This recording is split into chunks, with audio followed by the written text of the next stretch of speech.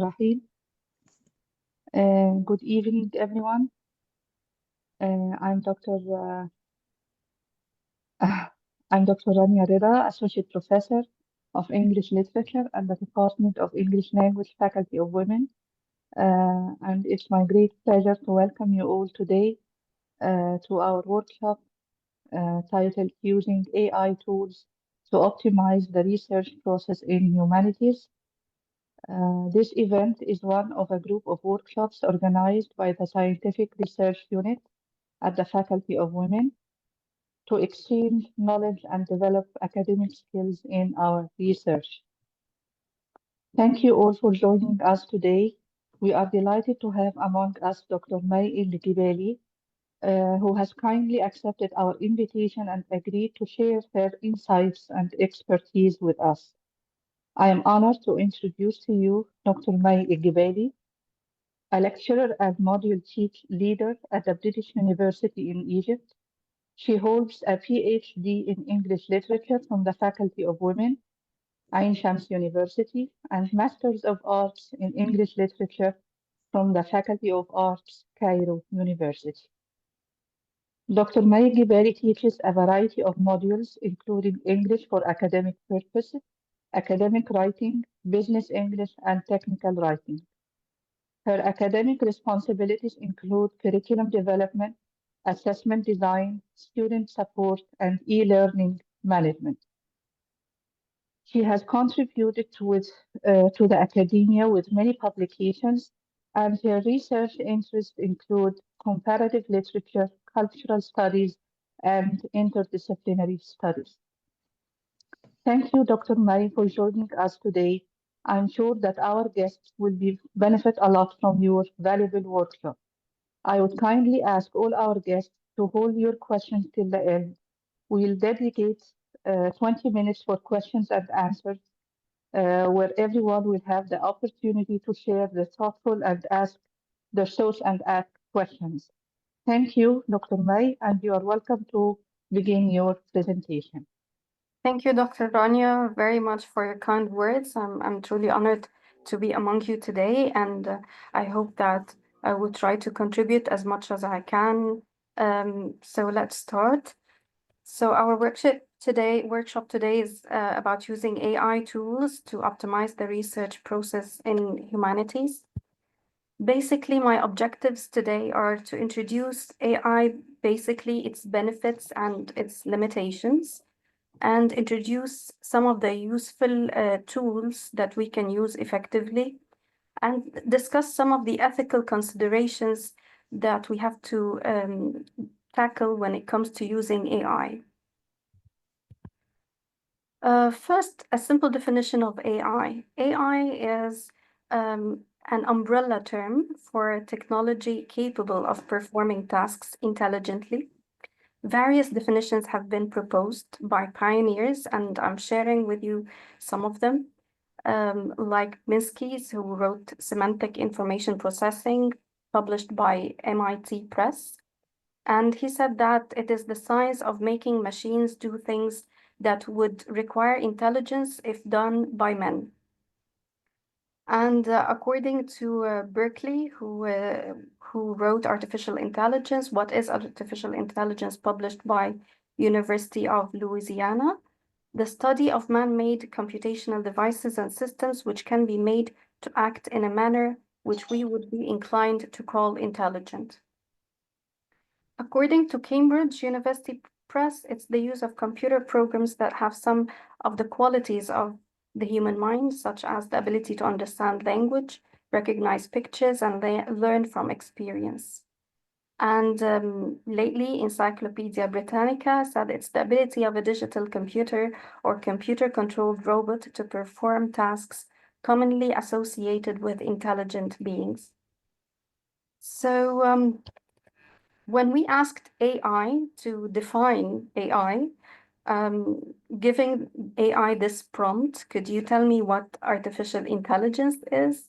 The answer was AI is a branch of computer science that aims to create machines that mimic human intelligence. So simply put, AI is just as students learn to get better grades in exams. AI can learn to get better at various tasks. First, it might not be very good, but just as a child takes time to learn something new, AI keeps learning from data and experience and what we feed it. And over time, its performance gets better and better. So according to the University of Cambridge, it classified AI into two main types, narrow or weak AI and general or strong AI. Narrow or weak AI, it is the type of AI that we use on our cell phones like Alexa, Siri. It is designed to perform a narrow task, and it is limited. Its ability is limited. It doesn't really possess true intelligence or self-awareness despite its capabilities. However, what we're talking about today is the general or strong AI. It is the kind of AI that has the potential to outperform humans in the future. It can understand, learn, adapt, implement knowledge in a broad range of tasks, really demonstrating an intelligence equal to or at some points surpassing human intelligence. So again, according to University of Cambridge, what is AI good for? AI powered tools can help us in a number of ways. For instance, in answering questions that have answers available on the internet or that can be accessed via a public link. So general questions. And it can also help us review and summarize written materials. This can be particularly useful when drafting a literature review, for instance. And it helps us in assisting in finding or filtering information for various applications, ranging from everyday life situations to more sophisticated tasks like writing a literature review, for example. It can also help us plan and structure written materials. It can act sometimes as digital personal assistant, can help us organize our daily routines. It can provide machine translations, help sometimes in translations, draft and brainstorm. It generates graphs, images, visuals that can help very much people who would like to visualize things, and can help us improve sometimes the tone and structure of our writing. However, AI has limitations. So artificial intelligence and human intelligence, at the end, it's not the same. So what are their limitations? One of the limitations, and these are limitations that were published by University of Cambridge, AI-powered tools, they exhibit sometimes stereotypes and biases. As biases can be introduced into the data through how it is fed with the data it is fed, and then we receive it, and this can be seen in some, of course, of the AI tools. AI tools also can generate well-formatted but potentially fictitious citations. Sometimes the sources are not real, the citations are not real. This is why it is very crucial to double-check all the references produced by any AI tool. Also, unlike search engines, which provide real-time access to most up-to-date information, some AI tools, depending on their model, may not access the most current resources. They might only be fed some information or data or resources until a certain time or a timeline or certain year. And beyond that, it will not give you access to up-to-date information. Although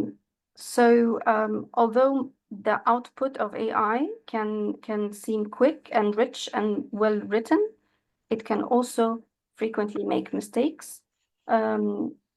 Should not really be relied on 100% for factual accuracy.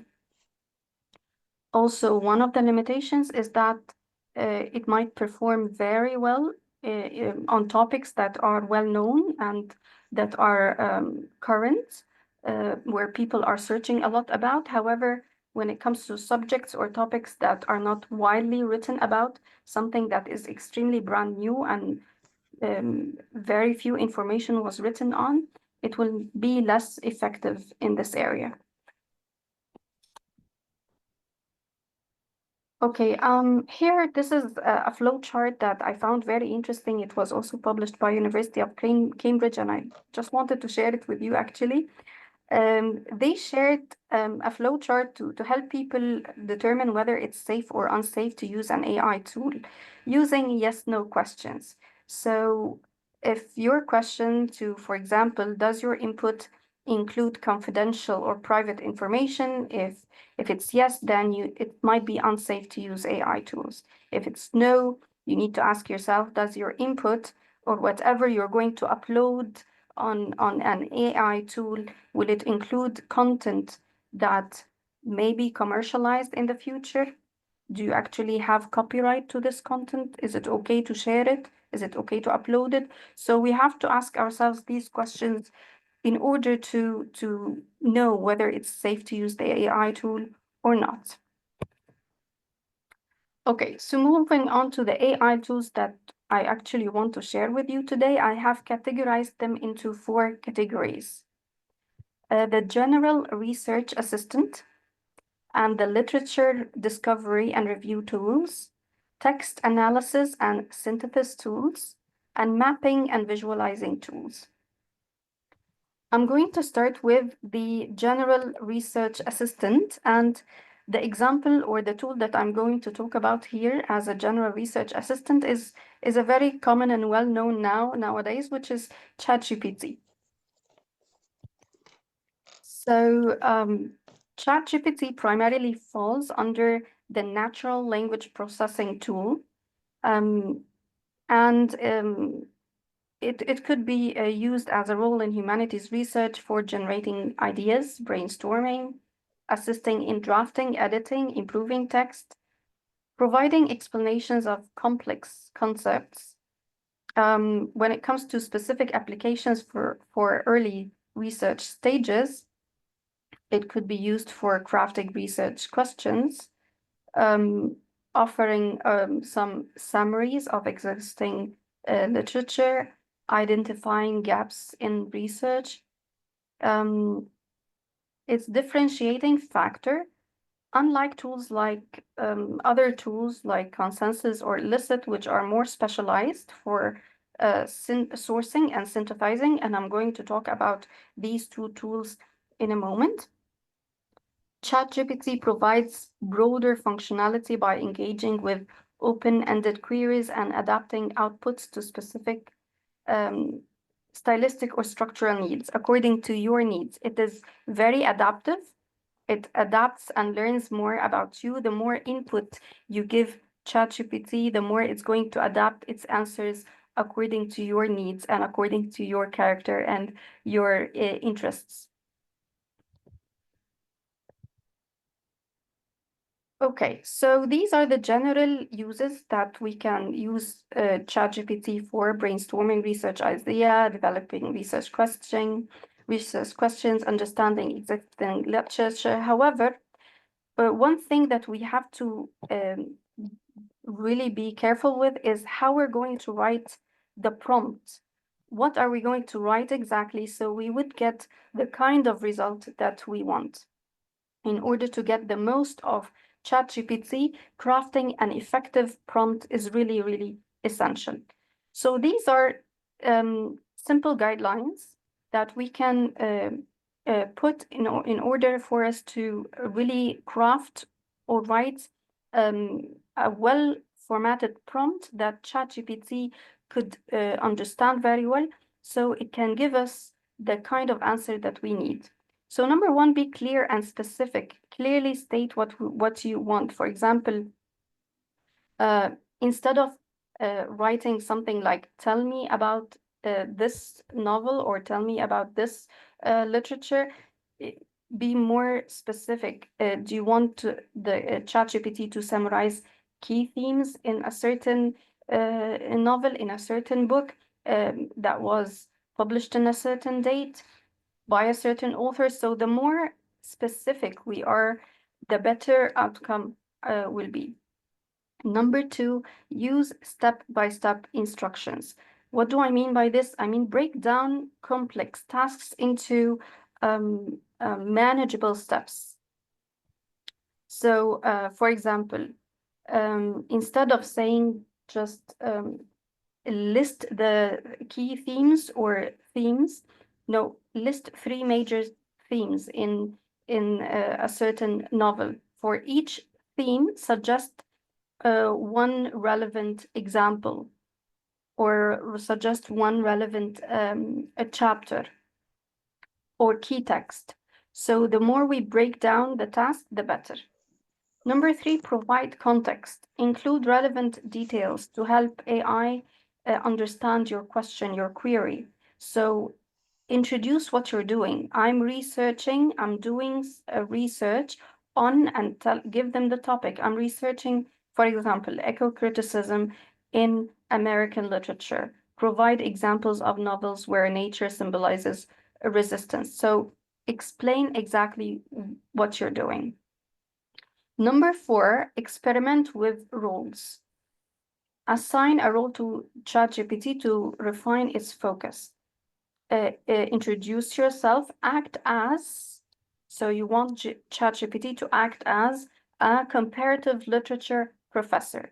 So now ChatGPT is going to take the role of a comparative literature professor and explain the role of narrative structure in modern American novels in the 21st century. So give him a role to play. Number 5, request formats. Specify how you want the output to be presented. Do you want it in paragraph form? Do you want it in bullet points? Do you want an outline? So require a format. Number 6, iterate and refine. Don't take the first answer that it's going to come out of ChatGPT and that's it. You can build on the prompt and ask for more details. Expand on the themes you listed. Suggest how they relate to contemporary global issues. So expand more, refine the results. Last but not least, ask for sources. Request references or verification for what ChatGPT has required, has presented to you. List the primary academic texts or list references to what you have written. So here is an example, a simple example actually of 2 prompts. In the first prompt, the prompt is, of course, extremely generic. Tell me about Shakespeare's work. This is very general. So we're going to see the answer. It's too general and too simplistic. The second prompt, here, we're going to see that the points that we have just discussed are applied here in this prompt. As a literature professor analyzing Shakespeare's Macbeth, examine how the use of supernatural elements, specifically the witches, reflects societal anxieties of the Jacobean era. Discuss their role in influencing Macbeth's downfall and connect your analysis to the historical context. Provide evidence from the text and include references to at least 3 scholarly sources. So here I've applied all of the 7 points, and let's see how the result is going to look like. So the answer to prompt number 1, of course, is very generic and simple. Shakespeare was an English playwright and poet. Of course, this is something like that could be for a school student. So once we gave ChatGPT the role, act as a university professor, the answer is going to be different. And not just this, but we gave ChatGPT all the elements to specify the answer. Now, of course, this is very long, but I had to show you the response to prompt number 2. I have put some words or keywords in bold. I've asked for specifically talk about the witches. So here, witchcraft, witches, and how he linked it to political and religious fears, and linked it to themes of moral inversion, ambition, and consequences of succumbing to external temptations. And then he linked it to historical background, like I asked, King James I's obsession with witchcraft and divine order. He also got examples from the play itself, Act 1, Scene 1, Act 1, Scene 3, and then the historical part again. And then, as you can see in the last part here, scholarly sources reinforce this interpretation, and ChatGPT mentions the source, according to Stephen Greenblatt, and the name of the source, Harold Bloom, and the name of the source, and so on. So here, ChatGPT might not be the perfect academic tool.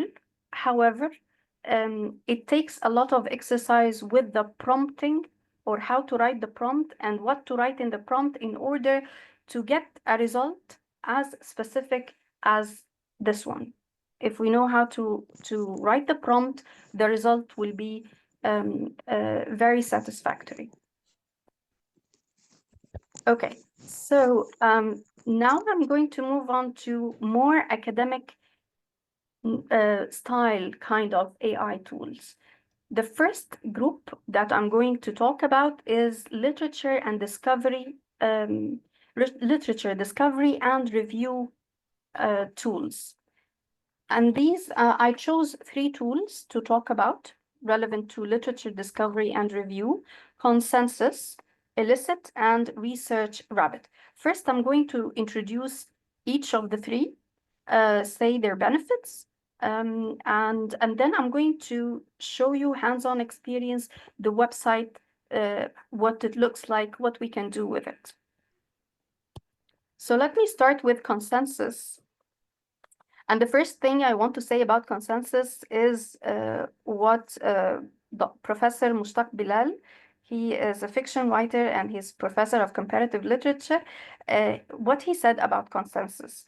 He said, and this was shared, as you can see in the screenshot here, if ChatGPT and Google Scholar got married, their child would be Consensus, an AI-powered search engine. So this actually would tell you to what extent Consensus is a powerful tool.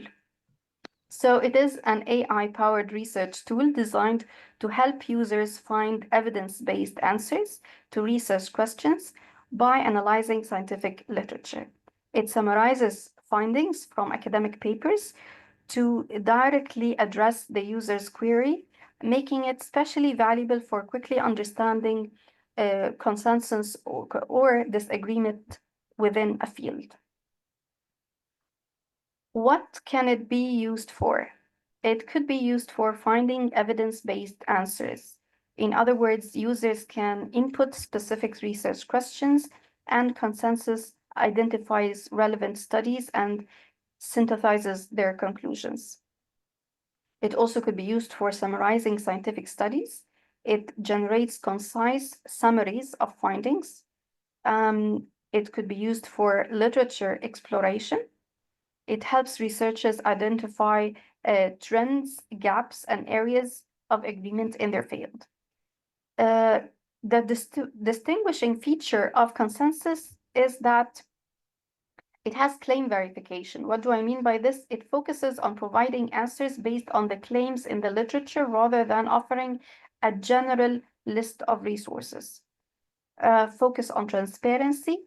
It displays direct links to the sources, and it highlights how the extracted information supports the response.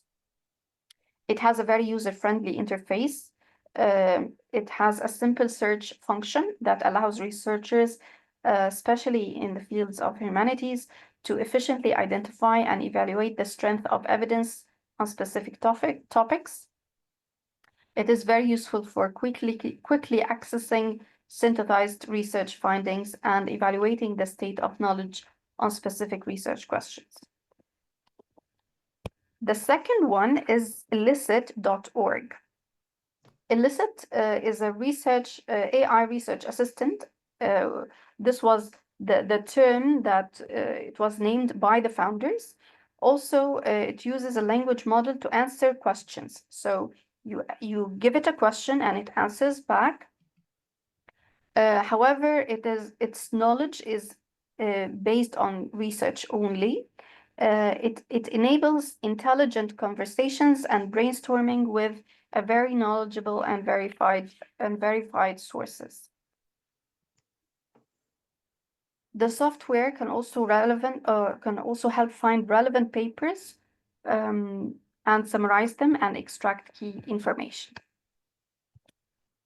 What it can be used for, it helps identify relevant papers based on specific research questions or keywords. And it can extract some data from the sources, from the papers, and help you see right away the outcomes, the methods, the conclusion across different papers. Its distinguishing features are the question answer capability, and that has customizable filters, and you're going to see it in a minute, and focus on evidence-based results. It is useful also in fields that require systematic reviews, evidence, like social sciences and applied humanities. The last of the three tools that I introduced under the first category is Research Rabbit.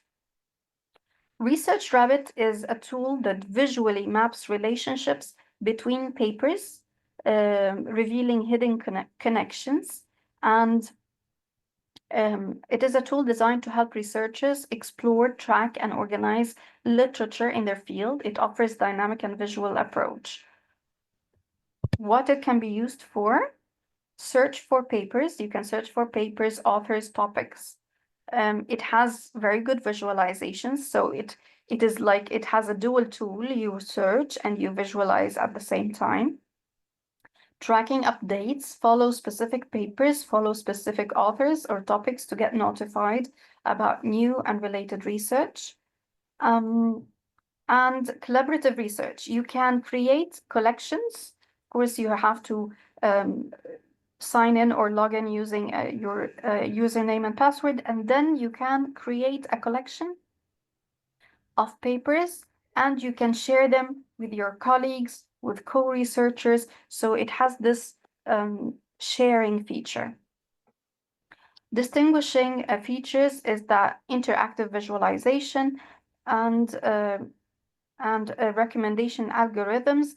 It provides, what do I mean by this? It means that it provides personalized suggestions based on selected papers or authors. So when you select a paper or when you select an author, it keeps on suggesting other papers or authors based on your selection. So it is updated according to what you select. Workflow integration. As I said, it has collections, so you can create folders, you can create collections, and this can be organized, annotated, and shared seamlessly among other co-researchers. Before I move on to second category of tools, I want to show you hands-on experience with the kind of tools the three tools that we have just discussed or talked about. So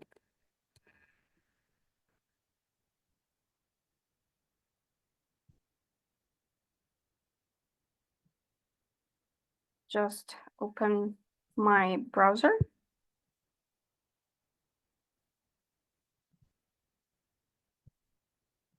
Okay, so here's Consensus. This is the home page. This is what it looks like. So you ask the question you type whatever question you have in mind according to the topic that you're interested in researching. And let me show you something that I have done. So this is, you type it here. This is what I did. I typed here eco-critical themes in Palestinian literature. It's a topic that I'm researching. So what it does is that first it provides a summary according to the research, like ChatGPT in this area, but it is more academic. It is providing some summary background information about this topic that I have just written in the search tab. And it has given me subtitles, eco-critical themes in Palestinian literature, with explanation on each. And then if we scroll down, okay, it's going to, you see these numbers beside each one. This is based on this reference. So when it gives me some background information, explanation, the number here, this refers to the source where it got it from. So this is from source number 1, source number 2. And as we keep scrolling down, we'll see that now here, these are the sources. This is source number 1. This is source number 2.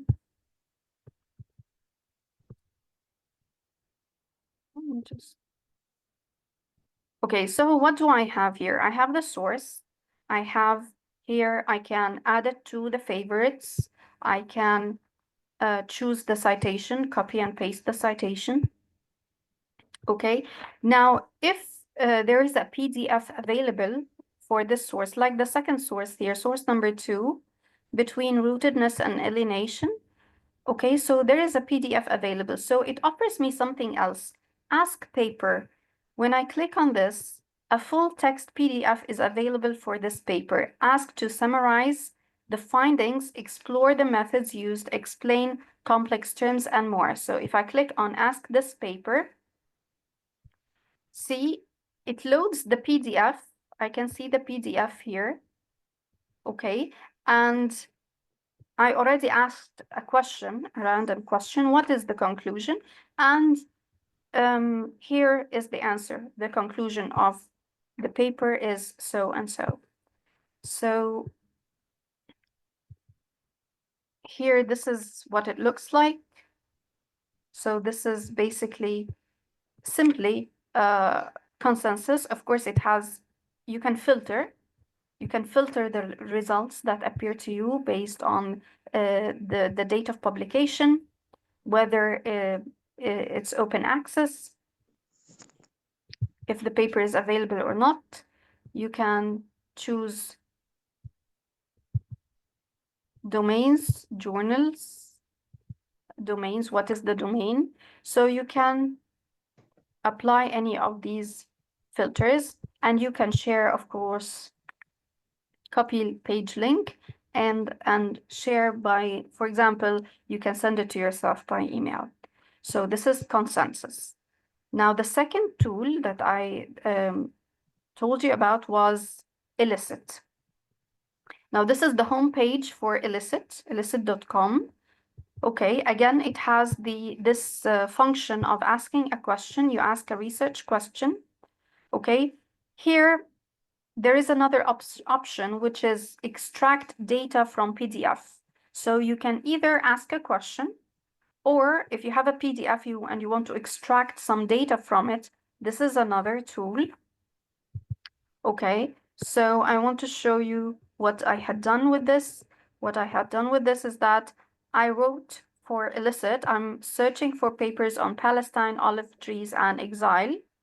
Okay, now one thing that you need to know about Elicit, that of course, if you're using a free version, like I'm using here, there is a maximum number of papers that is going to show you per time. So here, it is showing you a summary of 4 papers. Okay, if you want to go up to 8 papers at a time, you need to upgrade, of course. This is paid. Okay, so what it does is that it shows me the summary of the top 4 papers on the topic that I asked about. So the topic was, I'm searching for papers on Palestine, olive trees, and exile. The olive trees hold profound cultural, political significance, and so on. This is from this source, Raveman 2009. And then, so you see summary and citation. And then if we go down, we're going to see that we have here the 4 papers. So we have here, this is the first paper and the second paper, third paper. Now, what can I do with these papers is that I can compare them. It generates something like a table and I can compare them. So here, and I can choose what to compare them or how to compare them.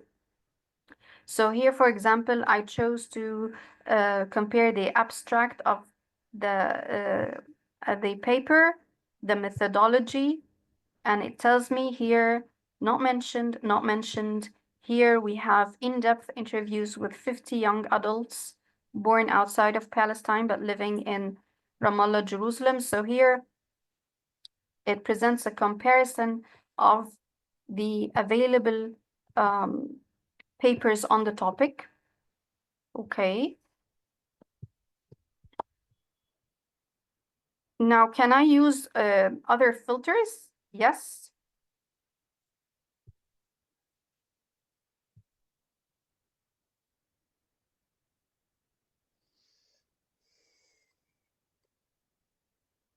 I can use other filters like most recent, least recent.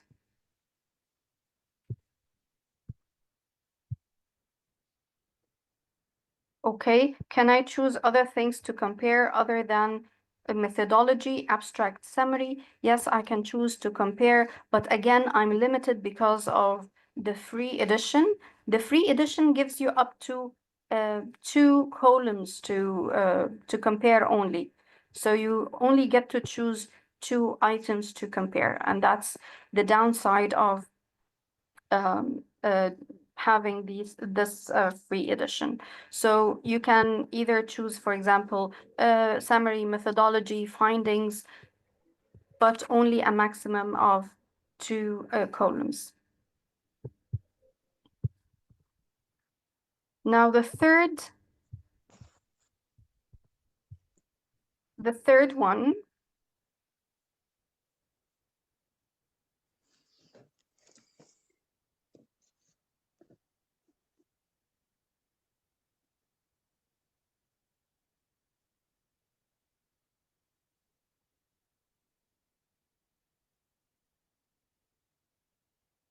is Research Rabbit. So Research Rabbit, you have to have an account first. This is the web page. You have to have an account first, create an account, and then I'll show you what it looks like. Now, as I said,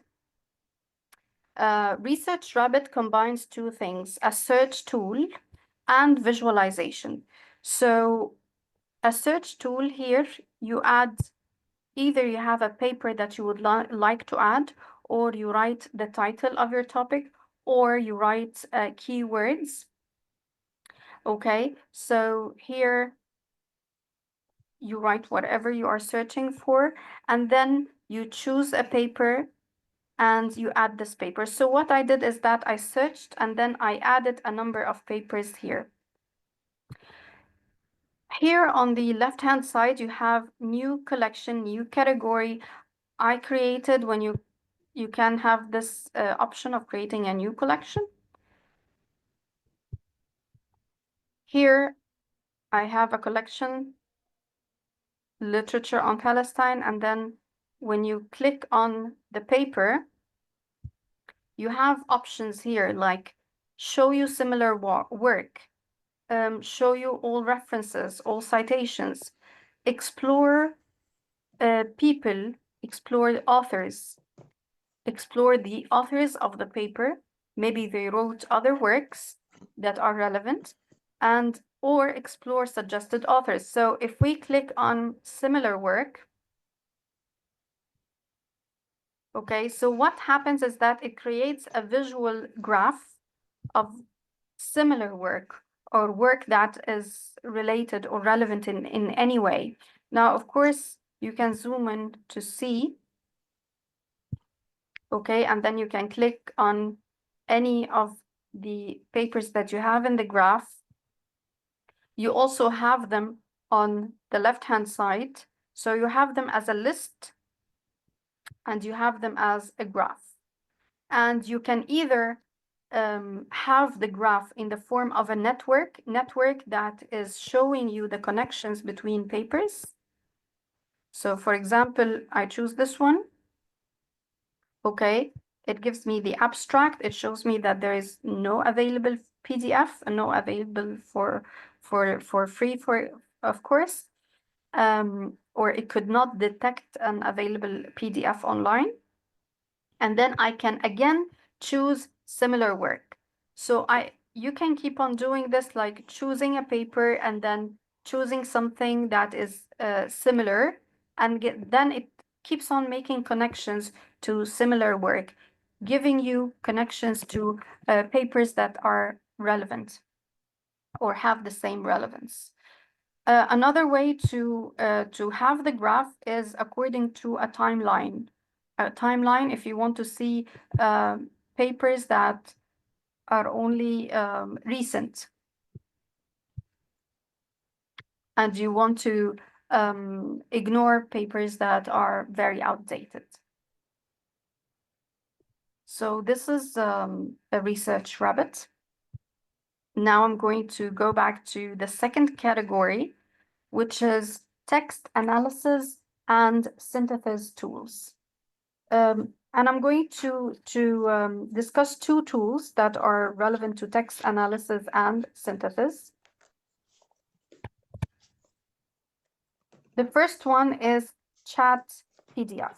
ChatPDF is an AI-powered tool that enables the users to interact with PDF documents conversationally. It allows researchers to upload academic papers and or reports or any PDF document and ask questions about the content, receiving instant answers and summaries based on the document's text. What it can be used for, quick understanding of content. Let's say you have a huge number of papers and you want to get to know what these papers are about very quickly. So researchers can ask questions to extract key information. And literature analysis, it enables some explanations of any part of the document and summarizing any part of the document. Efficiency in research, it speeds up the process of reviewing, of course, and analyzing multiple documents by focusing directly on the user's queries.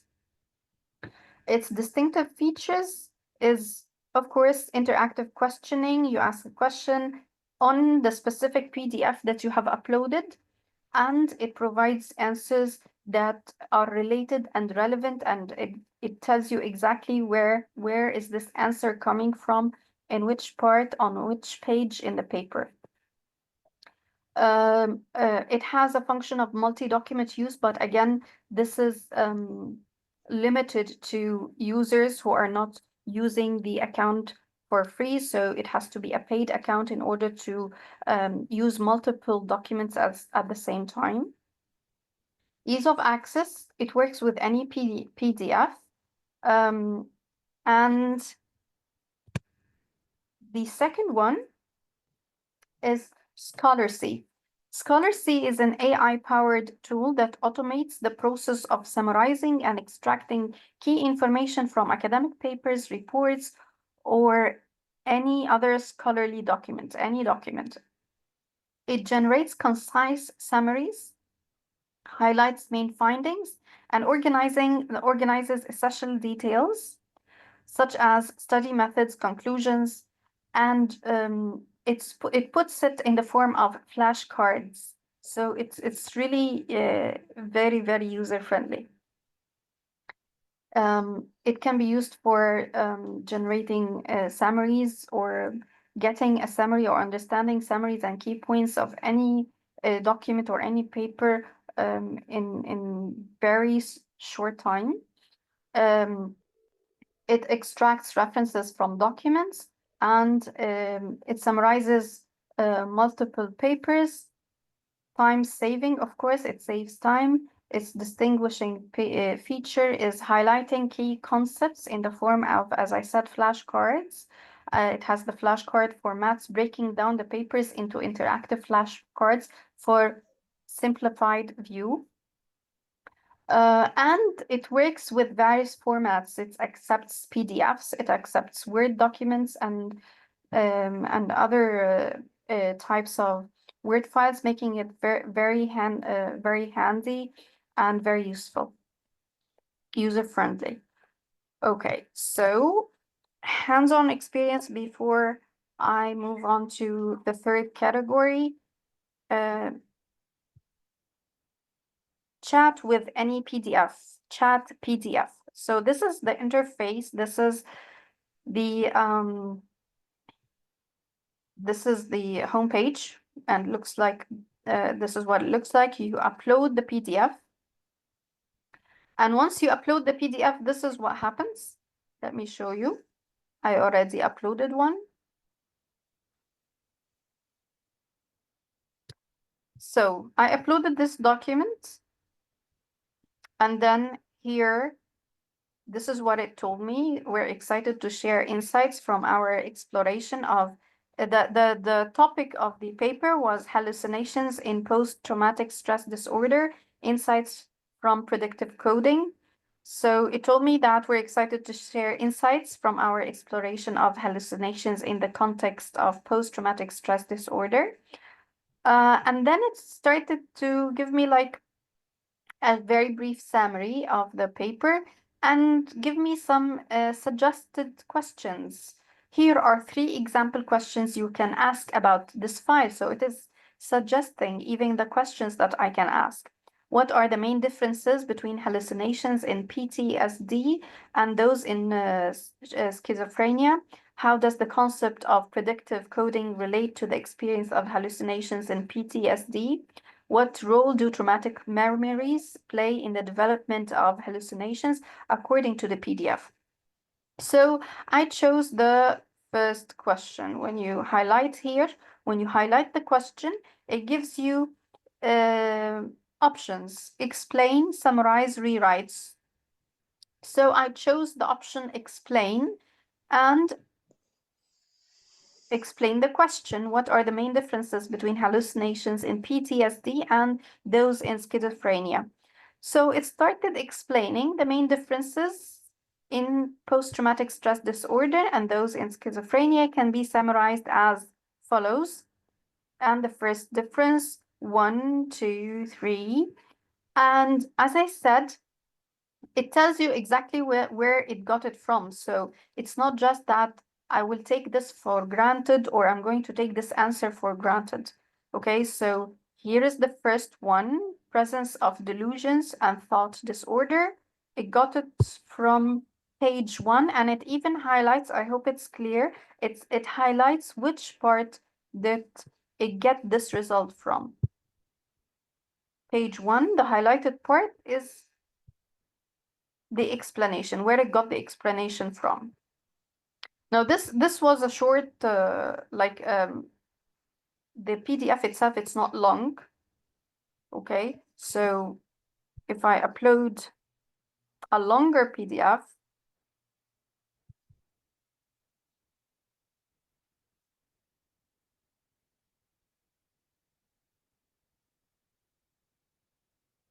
see what's going to happen.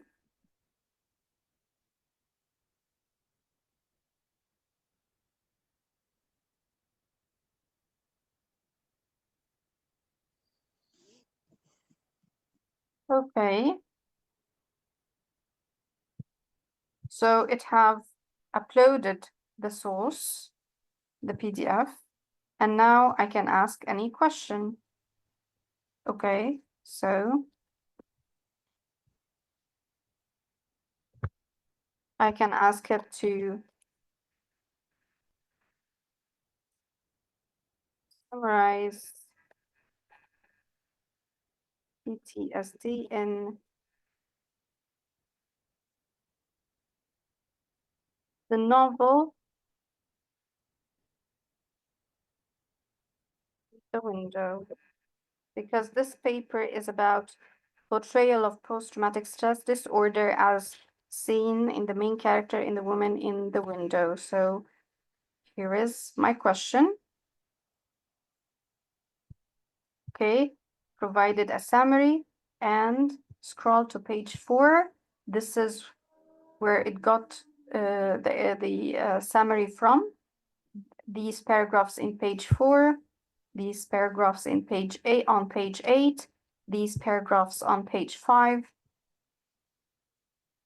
and part of page 1, the abstract and the first paragraph. So this is chat PDF. Okay, so the second one is, yes, Scholarcy.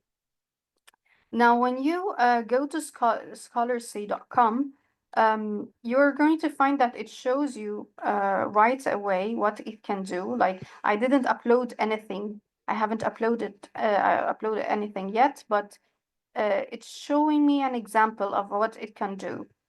So let me add a paper. I'm going to add the same paper.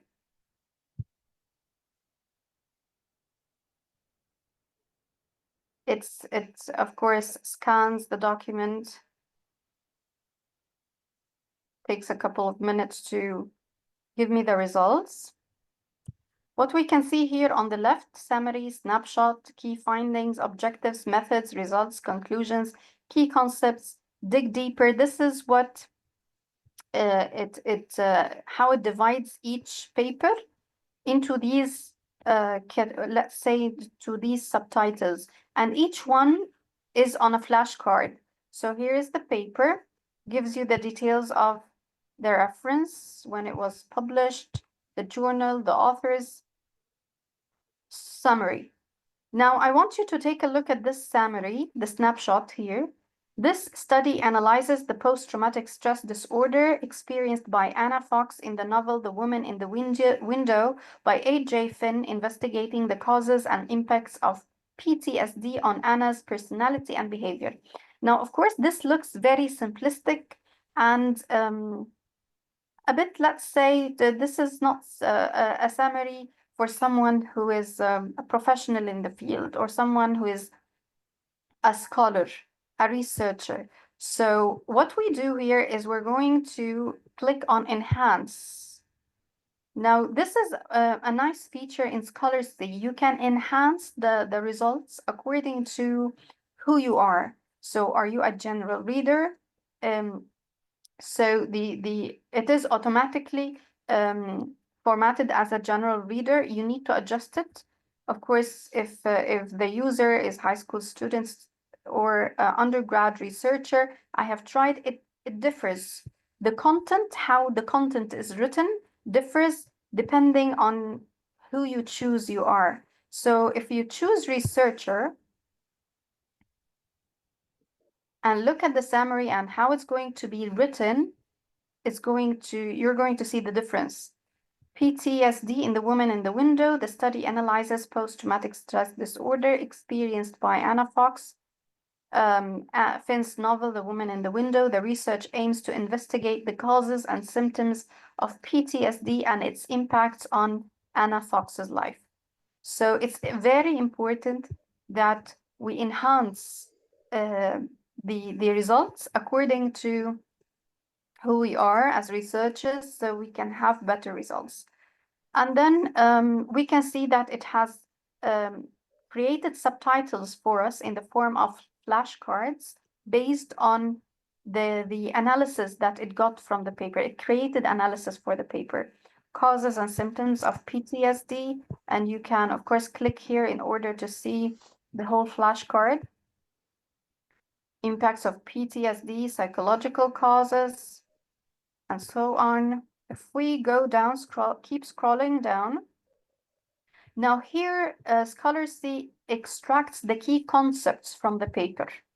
And it gives you direct links to the key concepts if you want to explore or understand the concept more. So, for example, the key concept here, post-traumatic stress disorder. Let's say I want to explore this more. I want to understand this more. I click on it and it opens Wikipedia. Of course, Wikipedia is not academic, but however, it gives you some, something or information to go back to and read as a general reader, not here specifically as a researcher. Dig deeper, you have this option as well. Dig deeper, ask a question, and it's going to answer the question based on what the uploaded paper. Here, it's giving you also option to explore parts from the original text that you have uploaded. If you want to look at the abstract only, the introduction only, the conclusion only. Okay, there is another part here that I haven't seen in another tool, research comparison. It compares this paper to others online and see to what extent it builds on existing research. So here we have one, this means that this paper doesn't really build on previous research a lot. Limitations. Now, Scholarcy provides you with limitations to the paper that you have uploaded. It finds a limitation, and this is according to Scholarcy. So it tells you that the paper you have uploaded is limited to the analysis of Anna Fox's PTSD in the novel and does not generalize the findings to other individuals or contexts. The study is limited to a descriptive analysis of Anna's experiences and symptoms and does not provide a comprehensive understanding of the underlying causes of her conditions. So here, this is according to Scholarcy.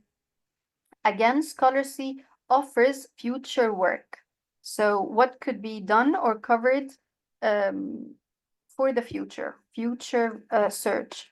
Future studies can explore the application of PTSD theories to other literary works or real-life contexts, examining the effectiveness of different therapeutic approaches in treating PTSD. Also, it offers practical applications, and then you will find at the end the original text that you have uploaded. So this was the second tool for analyzing and synthesizing texts. Now, the last category that I have today is mapping and visualizing tools. Now, these tools are especially for people who like to visualize and see how papers are connected and the links between papers and topics and authors. So I chose two tools, which are Connected Papers and LitMap.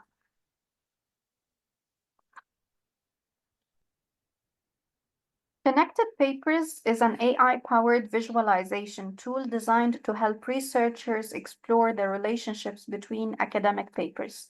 It creates a visual graph that maps out connections between papers based on shared references, citations, and topics, making it easier to discover relevant and influential works in a specific field. What it can be used for, literature exploration, if you want to find more papers that are relevant to a topic you're researching. And trend analysis, it helps researchers understand the ideas that are trendy within a specific domain. And citation discovery, it provides a way to find overlooked but highly relevant studies based on citation patterns, because it also shows you some citations patterns, or that certain papers, how much they are cited. Distinguishing features.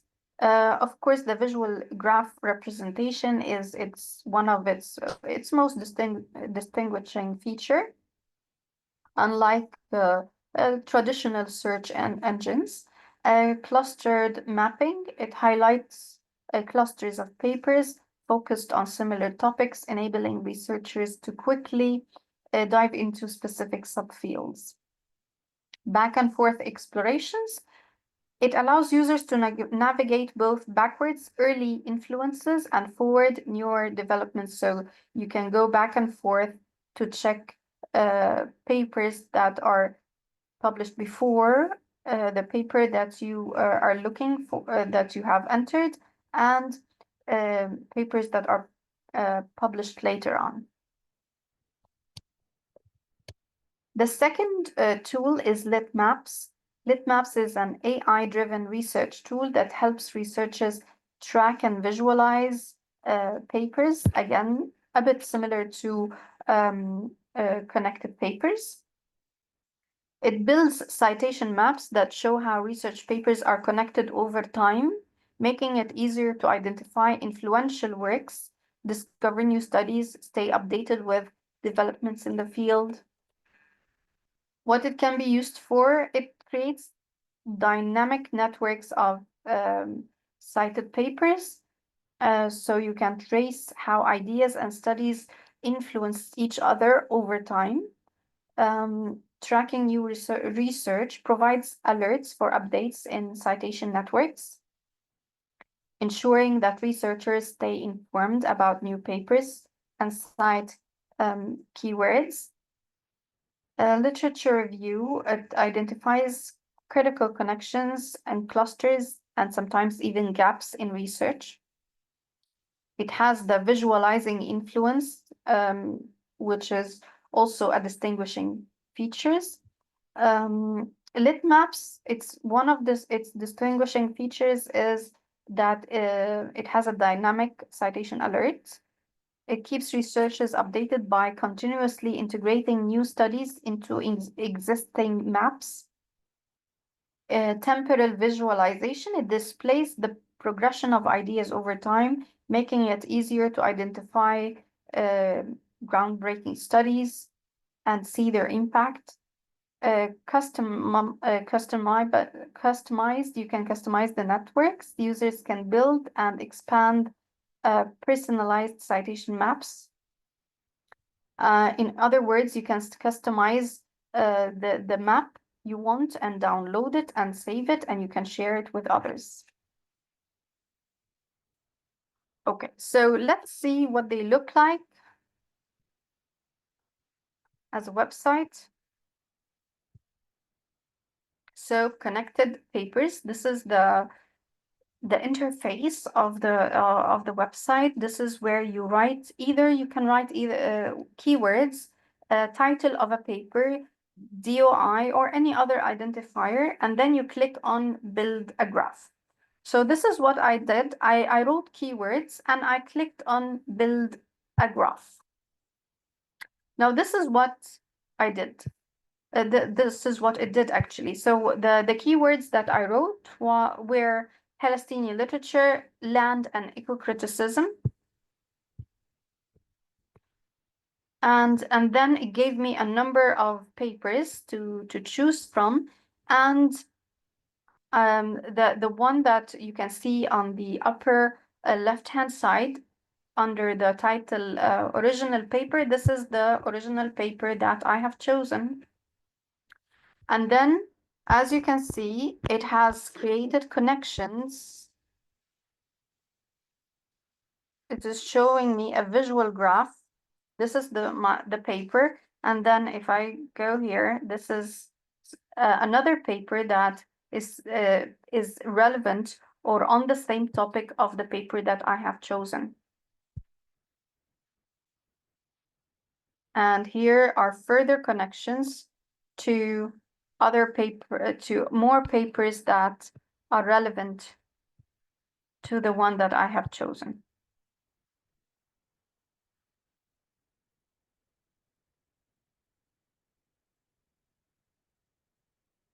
We have here filters. You can filter your results, whether the PDF. Now, let's say I have put keywords, but I want all the results to be results where the PDF is available, the PDF of the paper. So I can click on PDF available, so I can minimize the results and have less results. And I can also filter by the year. So I want only the results to be recent ones. So from the year 2000 and let's say 18 to 2024, and then I click on apply. So we'll see that the graph will be updated based on the input or the filter that I have just put. Now here we have the option to download the graph. As I said, you have this feature of download graph and you can save it and you can keep it. And you have the feature of sharing the graph. You can share the graph. Now here you have prior works. So you can see here the papers and the citations, how many times they were cited, and prior works. It's telling me here these are the papers that were most commonly cited by the papers in the graph. This usually means that they are important seminal works for this field, and it could be a good idea to get familiar with them. So it is suggesting other papers that I should look at because of how many times those papers were cited, and they are relevant to the papers in the graph. So this is connected papers and what it can do. Now, LitMap, that is also a tool for visualizing connections between papers and files and sources. This is the interface. This is what it looks like. Discover the world of scientific literature. You have here the tab where again, you can write either keywords or a title of a paper. And this is what it looks like.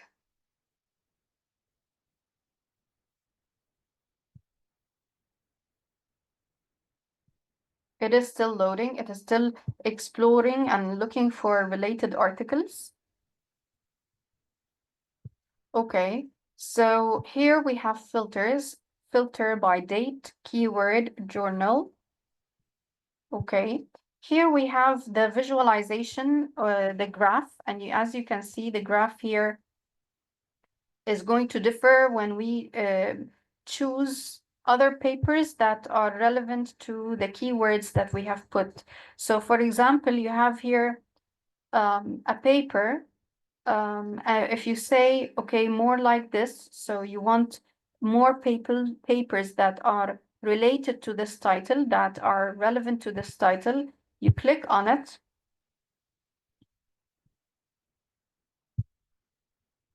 Okay. Refresh, and you will see that it's again uploading and refreshing the graph, and it's giving you more results or different results based on the input that we have just given it. So here are more connections, papers that are connected, relevant to the same topic. Now here also we have the option import. Okay, this is another option where you can actually upload a paper. So it's not only that you search using a keyword, or you look for a certain paper, or you write the DOI. No, you can import an article. You can upload a PDF, upload a file, and then create a graph based on the file that you have uploaded or the paper that you have uploaded.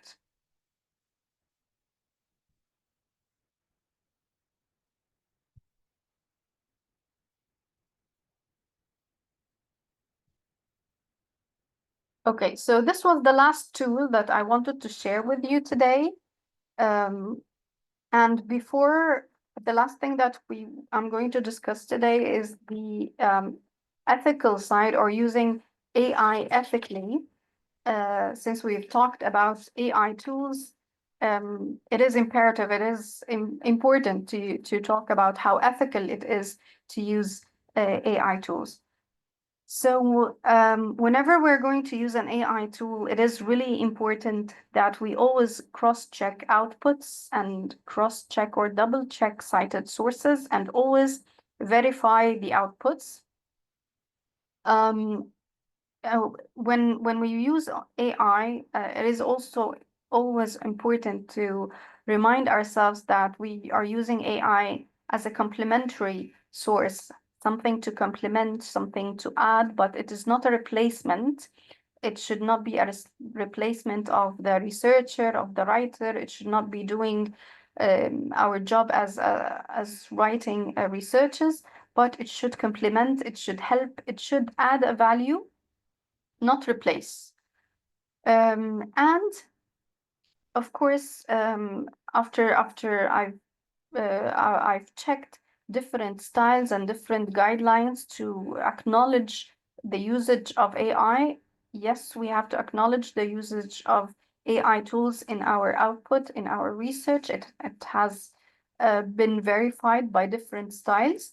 And I'm going to share with you now two of the mostly used styles, MLA and APA, and what has been said according to MLA and according to APA when it comes to citing or acknowledging AI usage in our research. So according to MLA, we should cite any AI tool whenever we paraphrase, quote, or incorporate any AI used content in our work, whether it's a text, image, data, or any other content that was created by AI. We have to acknowledge all functional uses of the tool, like editing. What was it used for? What did you use AI for? Did you use it for editing, translating, brainstorming? So this should be identified. And MLA tells us that we have to take care to vet the secondary sources that AI tools cite. According to MLA, MLA does not recognize AI as author, or they do not recommend, it does not recommend treating AI as an author. So how do you cite it? We describe what was generated by the AI tool. This may include information about the prompt in the title of the source element. The title of the container, in this case, the container is the AI tool. For example, if it's ChatGPT, then ChatGPT is the container. The version, name the version of the AI tool as specifically as possible. For example, if it's ChatGPT 3.5, we say that it's 3.5. If it's 4, so if there is a version, we add the version. Publisher, name the company that made the tool. Date, give the date the content was generated, and location, give the URL for the tool. And this is from MLA official page. And this is again an example from MLA official page. They said if you, for example, you wrote a prompt in ChatGPT like this one, describe the symbolism of green light in the book The Great Gatsby by F. Scott Fitzgerald, and then you paraphrased something from the text that was generated by ChatGPT. So it shows us an example paraphrased in your prose. While the green light in The Great Gatsby might be said to chiefly symbolize four main things: optimism, the unattainability of American dream, greed, and covetousness, describe the symbolism between brackets. This is, and between quotation marks, this is the, let's say, the title of the prompt, or what you wrote in order to generate the prompt. So in the works cited, list entry, this is what MLA gave us, describe the symbolism, the whole title for the prompt, and then ChatGPT, and then the date, the version, OpenAI, and then the URL. So actually, according to MLA, we have to acknowledge the usage of AI. APA is saying the same thing, that if we have used ChatGPT or any other AI tool, we have to describe how we used it.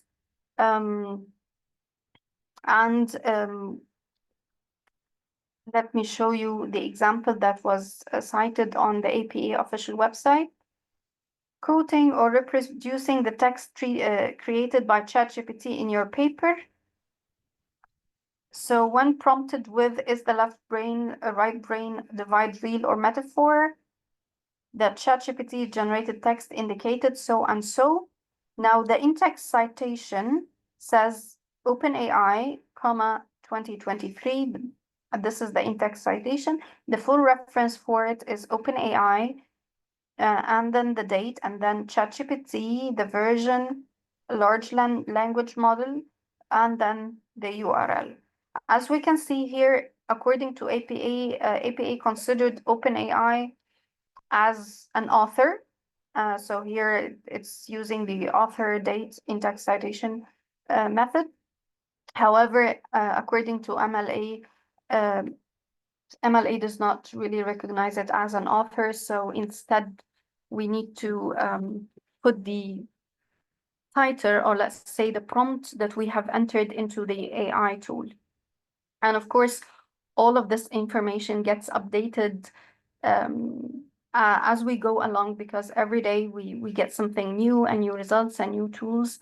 So we have to keep on looking for what is new and what we can do in order to acknowledge AI tools and in order to maintain integrity in our research.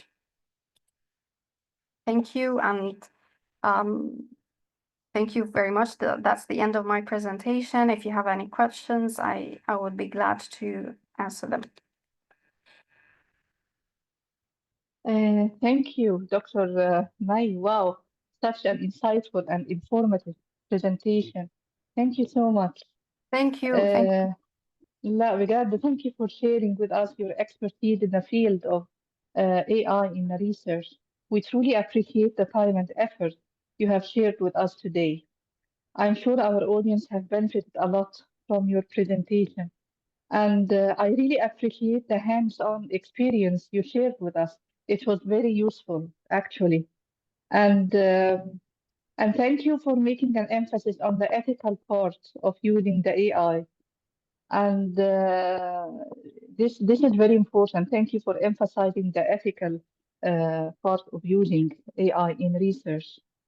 And what was very informative also for me is how to cite the AI in MLA or according to APA. This is very informative, truly. Thank you for sharing this with us too. Okay, we'd like to open the floor for questions and discussion. If anyone has a question or comment, please, you can raise your hand.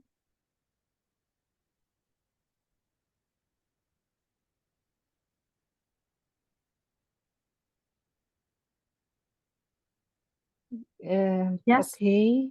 Yeah, I can see They're someone asking to share the slides. Yes. Can you share the presentation? Okay, the whole recording is going to be uploaded on the website page of the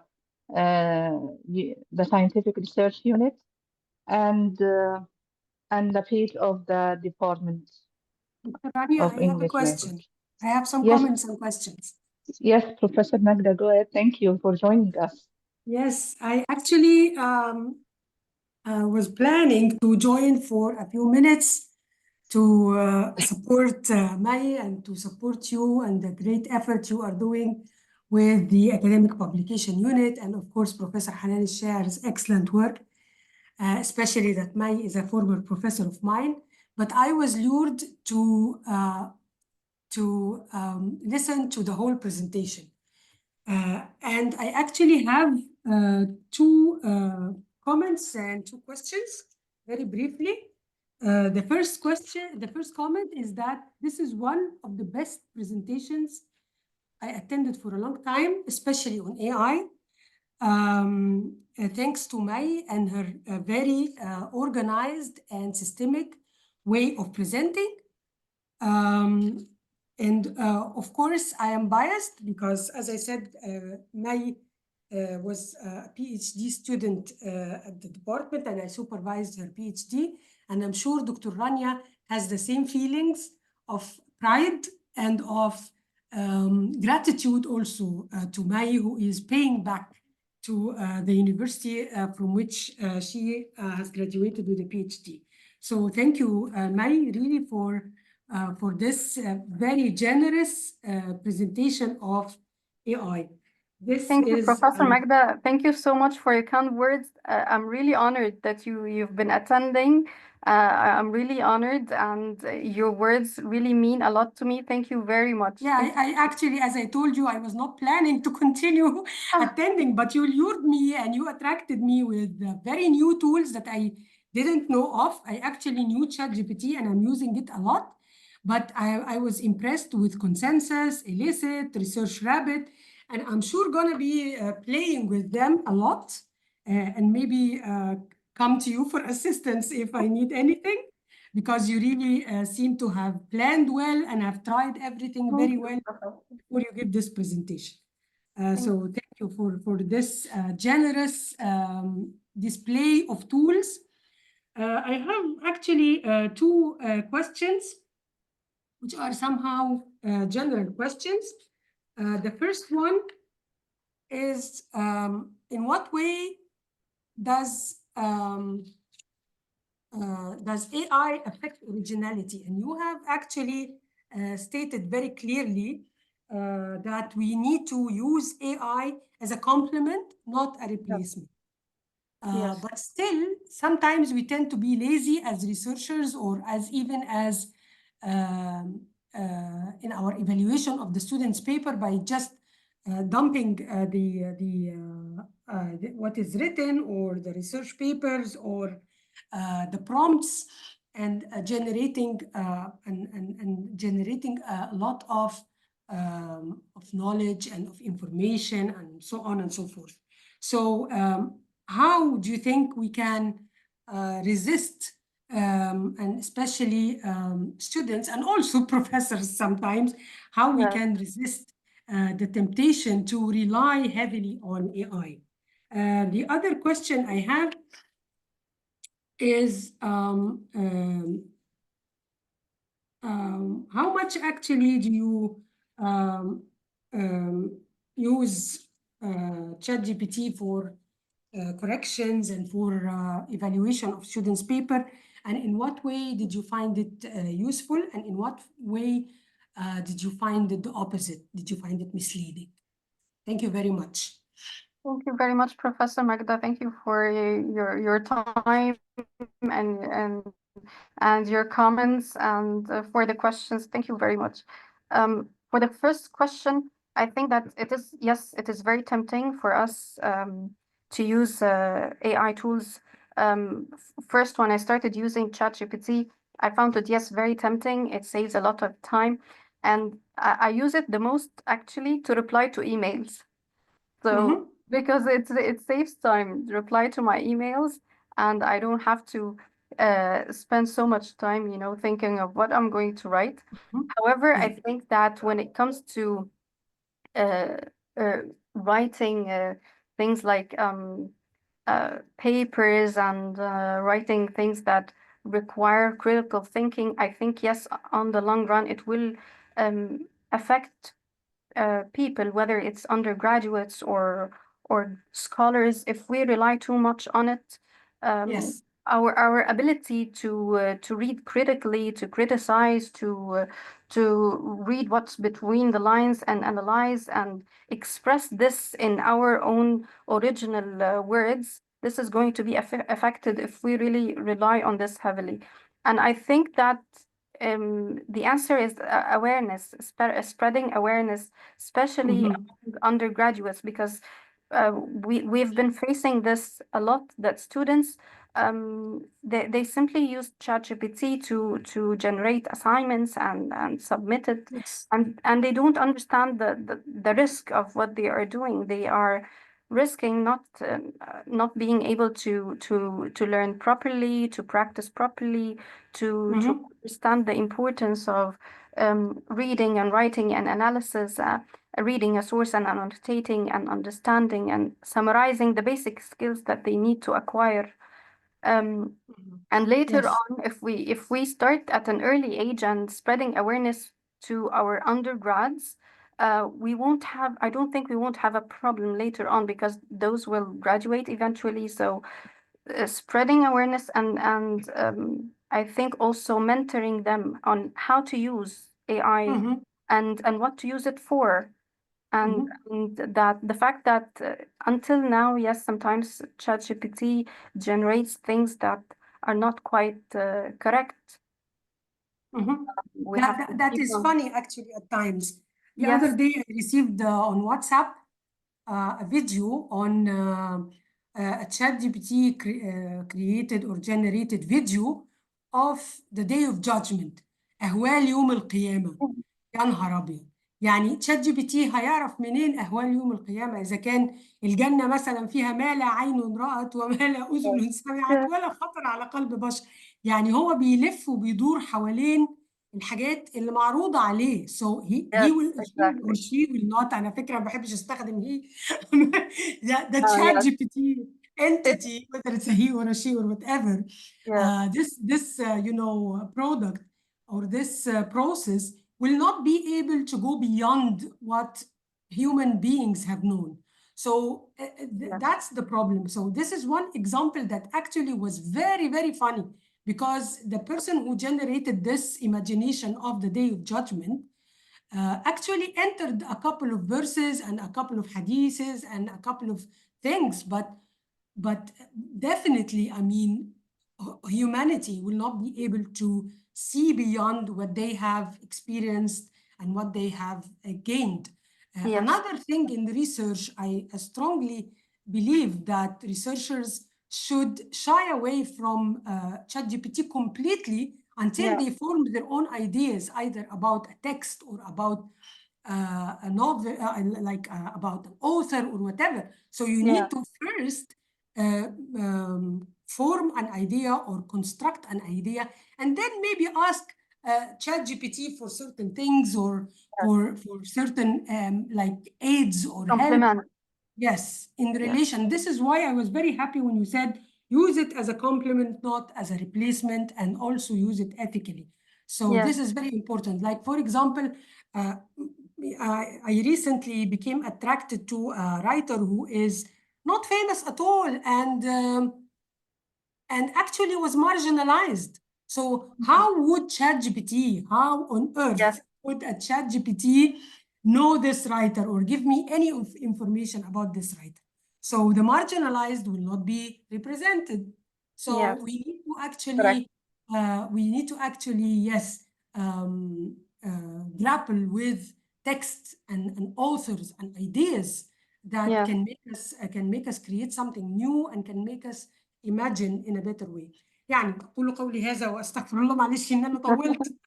No, thank you so much, Professor Magda. I'm truly honored that you have attended the presentation. Thank you. أنا اللي سعيدة جدا بيكي يا مي، ويا رب دايما في تفوق. والحقيقة أنا شايفة إن البرزنتيشن دي has to be a must, not only to students but also to professors and to research writers. You really did a very good job. Thank you very much for your knowledge, your information, and your presentation. Thank you. Thank you Professor ماجدة، دايما حضرتك إضافة لأي مكان يعني بتحضريه دايما. شكرا دكتور ربنا يخليك ماجدة يا على دكتورة رانيا. المشاركة.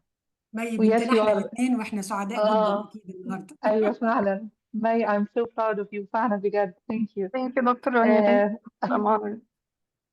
Thank you, Habibti. Okay, I believe we have another question by Dr. Rania Allem. She's asking about, go ahead, Dr. Rania. She wants to ask something about AI and translation. Yes. تفضلي دكتور رانيا.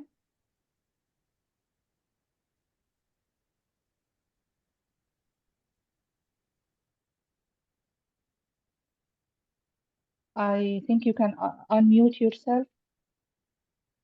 You can't use the mic. Okay. Could you type your question? Okay.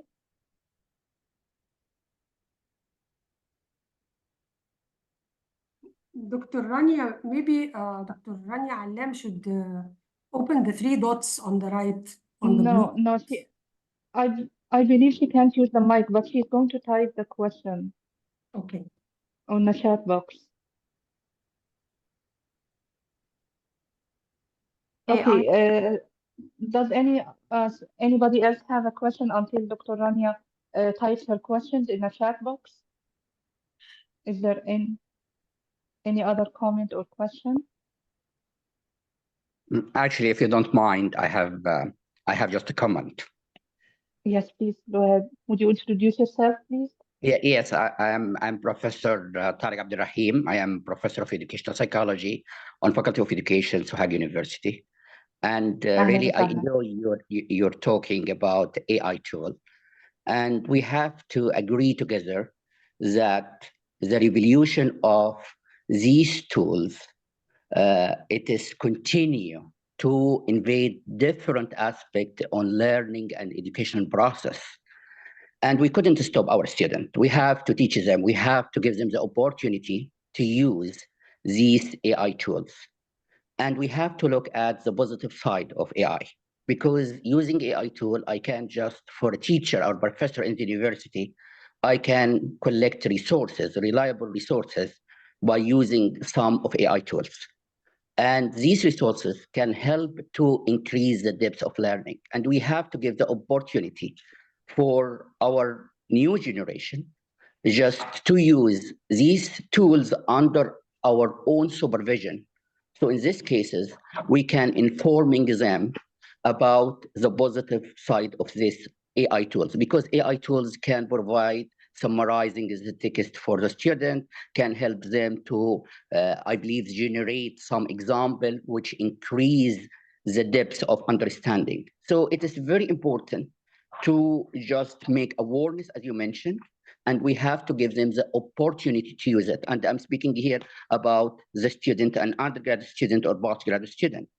For us as a professors, we couldn't just close our eyes and saying, oh, the life should be continue typically like as before AI. Because once AI just started, so what is happening? There are many changes. There are many of the websites now which can make our life easy. But the question is, how can we use these AI? I believe that we need some kind of ethical agreement between us as a researcher, and we have to go in maybe in the public or the government level just to distribute this ethical agreement about the AI and how can we use AI, because AI can enhance our research. So this is something I believe that we have to consider, and we have to keep pushing our students to use AI, and we have to help them, but under our own supervision. For example, we can give them the assignment. I can give him the opportunity to use AI for improving the assignment, but he should acknowledge this. He should realize what is the mistake. So if we do this, so we can just be in line with these kind of changes happening in the world now, because we couldn't stop the AI tool and the language modeling. Did you get my point? So this is something very important, and this is my comment. Thank you very much for your time. Thank you. Thank you, Professor. Okay, Dr. Rania, her question was about the AI tools in and translation research, or in machine translation. In translation. Okay. As a matter of fact, I haven't used AI tools for translation. So I will not be able to provide really valuable input regarding this point because I haven't tried it.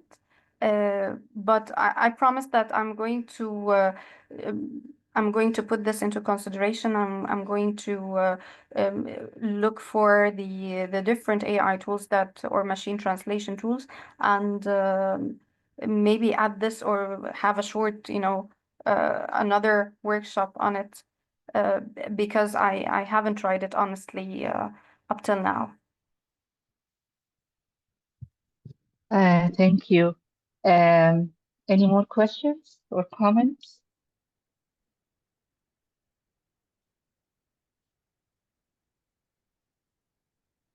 Thank you very much, Dr. Rani. Thank you. Okay, thank you. Thank you, everyone, for joining us. Thank you, Dr. Magda, greatly for your questions. Thank you, Dr. May, for your presentation, informative and insightful, and sharing with us your expertise in the field. Thank you so much, and we look forward to seeing you in future workshops, inshallah. Thank you all, and all the guests for joining us. Thank you. Thank you, Professor Rania, and Professor Radwa, and Professor Hanan Shaer for the effort you are making. And I was very happy when Dr. Abdurrahman from Sohag shared a comment, and we are honored to have professors from all over Egypt sharing with us very valuable comments and very important inputs. Thank you again. Yes, of course. Thank you. Thank you all so much. Thank you. Thank you very much, dear professors. Thank you for your input and your comments. I truly appreciate it. Thank you. Okay.